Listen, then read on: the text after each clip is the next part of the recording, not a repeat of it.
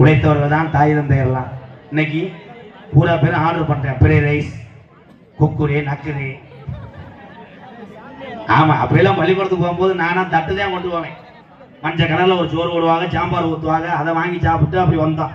இன்னைக்கு போகும்போது வீட்டுல இருந்தே என்னென்னமோ கட்டிட்டு போறேன். லெமன் சாதம், snacks packs, pack, water can, mineral water, அம்பூட்டையும் கொண்டு போய் என்னத்தை படிக்கிறேன். அதே மாதிரி சொல்றேன், 5 வயசு ஆன உடனே அரசாங்க பள்ளிக்கூடத்தில் சேருங்க. இப்படி காத்த தொடணும். இன்னைக்கு ஜெவத்தை தொட்டா கொண்டு போய் விட்டுறாங்க. பார்த்தா அவன் அழுகுறான். தவந்துட்டு இருக்க பிள்ளைக்கு மஞ்சள் வேணும் வந்துருச்சு, தள்ளி விடுது.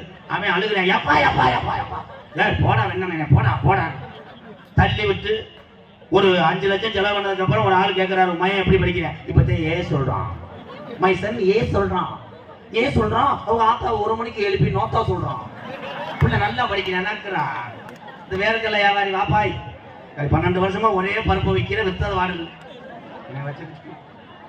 ஐயா வேணாம் ஐயா. நன்றி நன்றி.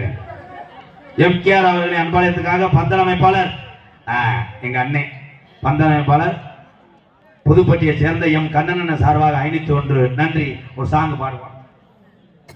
பம்பா நதிக்கரை ஓரம் அந்த பட்டணத்து மன்னன் வந்த நேரம்.